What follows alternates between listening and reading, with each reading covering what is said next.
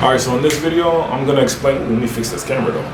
In this video, I'm explaining to you a few tips and things you should keep in mind before coming to Medellin. So the first thing is the weather. All right, Medellin has two rainy seasons. One around April, May-ish, and the second one is right now, like around October, November-ish. Now, right now, it's fine. Like, it rains, but it rains mostly at night. And when it does rain during the day, it kind of passes through. But in April, like when I was here in April, it rained quite a bit. All right, so if you can avoid the month of April, only if you're coming for a short stay. So like if you're coming for like 3-4 days, or maybe even a week, I would try to avoid the month of April, because it would suck if you come here and it rains half the time and you don't get the full experience of, you know, that spring-like weather that Medellin is known for, you know, the city of eternal spring. So that's something I would got the best one. That's something I would consider. You know what I'm saying? If you're planning like a short trip, like 3-4 days or even a week, I would try to avoid like April. But if you can't, it's okay. Just, you know, buy an umbrella and then just hope for the best. All right, so the second thing will be the currency. And it's interesting because I actually meet people who come down here and really don't know anything about the currency. All right, so right here's the currency here, and they use the Colombian peso, okay? So the largest one is the 50 mil peso, 50,000. All right, then you got the 20 mil peso, you know, 20,000. You got the 10. They have a 5, but I don't have it. You know what I'm saying? And then they got dos mil pesos. All right, and they have two colors. That's something to keep in mind. So 2 mil peso, 2 mil peso. And then they actually have a 1 mil peso, but I don't have it. And they have the 1 mil peso in the coin form. All right, so just keep that in mind. The exchange rate, comparing, you know, the Colombian peso to the dollar. You know, the exchange rate changes every day, but it usually hovers around 3,000 pesos. All right, so basically 3,000 pesos equals $1. And the greatest way that I'm able to like exchange that into my head is, here's what I do.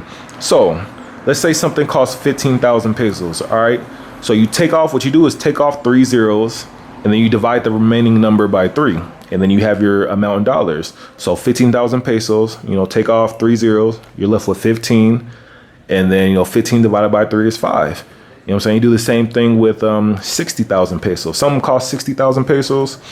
You know, take off 3 zeros, you know what I'm saying? So you're left with 60. 60 divided by 3 is 20. So that's, you know, 20 bucks. So that's how I like to, when I'm out buying things, that's how I do a quick, you know, conversion in my head. All right, since we're talking about money, in my opinion, the best place to exchange money is at the ATMs. All right, because ATMs are gonna give you the rate of the day. Like whatever the exchange rate is for that day, they're gonna give it to you. The only thing is they charge those fees, right? So whether you take out $20 or whether you take out $200, they're gonna charge you the same fee. So the key is when you go to the ATM, you take out like the max. All right, so the ATMs I go to, this bus pass. The ATMs I go to, the max is around 600,000 pesos, which is around $200, which is a lot here. All right, and then what you do is you don't carry all that money on you. Like when you go out, you go back to your room and then you put it in a safe security box or wherever, and then you only take a little bit each day. You know what I'm saying? So if you've never been here, let's say you're going like, you know, you're going out, you're gonna do some tours, you're probably gonna go eat out at a restaurant or whatever, go to the museum. You know, take 100,000 pesos with you. You know what I'm saying? If you're going to clubbing, maybe double that, 200,000 pesos, which is a lot. Especially if you're going out with friends and you guys are gonna like split everything, like that's a lot. But you know, take 200,000 pesos. Or if you're going shopping, you know, triple it, take 300,000 pesos. Or you know, you can use credit cards, because basically all the stores in the mall, they use credit cards. The next thing you should know about Medellin is that you can drink the tap water here. All right, and so I remember the first time I got here to Medellin, I went to the store and bought a big case of water bottles, and then someone told me like, hey, like, you can drink the water here. You know what I'm saying? And I didn't believe him at first until this happened twice, where I would be in the bathroom and dudes would come in there and like drink from the tap from the bathroom sink. You know what I'm saying? So, and I did that. I ain't gonna lie, I did that before. I did that like 5 times. All right, because you can drink the water here.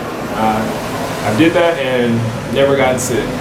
All right, so when you come to Medellin, you can bring a bottle of water, or you can buy one here and then just keep refilling it. You know what I'm saying? I got a water bottle and I refill it every day with water from the sink or wherever I'm at. So this next point is it's pretty much a hot topic for Medellin. It's the security, safety here. And there's so many other videos about that. I'm not gonna get too deep into it. All I'm gonna say is, last week I went back to the United States, to visit my mom. And I'm from Seattle, if you don't know. And if you're from Seattle, I'm from Rainier Beach, you know what I'm saying? And I was talking with a friend who has been here to Medellin, and we both agreed that we felt safer in Medellin than we did in Seattle. Now, mind you, Seattle has its like little rough areas just like every other city, but Seattle isn't, Compton. Seattle isn't Southside Chicago, you know what I'm saying? So that lets you know, like, Medellin is a lot safer than you think, all right? And so if you're not coming to Medellin because you think it's unsafe, then all I'm gonna say is you're really missing out, all right? And I hope someday, you can build up the courage to come here because it's amazing. I guarantee you probably won't meet people like I haven't met anybody who's visited Medellin and they said they hate it here, like it's unsafe, they're never coming back. Most people usually be like, hey man, I'm gonna be back. You know what I'm saying? I'm gonna go back to the States and plan some things, and I'm gonna be back. One of them is don't slam the car door, all right? The cars here, like in the United States, that's what we do. You know what I'm saying? To make sure the door is closed, we slam it. Here, don't do that, all right? Especially with the taxis. Because I did that one time, and I thought the guy was gonna cry. Like I slammed it really hard, and I really thought he was gonna cry, all right? So don't slam car doors here. And then for the guys, like men here, like, unless they're going working out, they don't really wear shorts in Medellin. Now, you can wear whatever you want, but just keep in mind that, you may attract unwanted attention, if you're wearing shorts and, you got the shorts with the sandals and the tank top, like you're out on the beach. Medellin doesn't have a beach, all right? So just keep that in mind. I would recommend if you're only coming to Medellin and you're going back home, just bring jeans. All right, but if you're like doing a whole trip around South America, then do you? Yeah, man, I think that's it. All right, those are just a few things to keep in mind before you come here. I hope the video has helped you. Excuse the noise in the background. Like I said, this is the best place in my house where I can like film.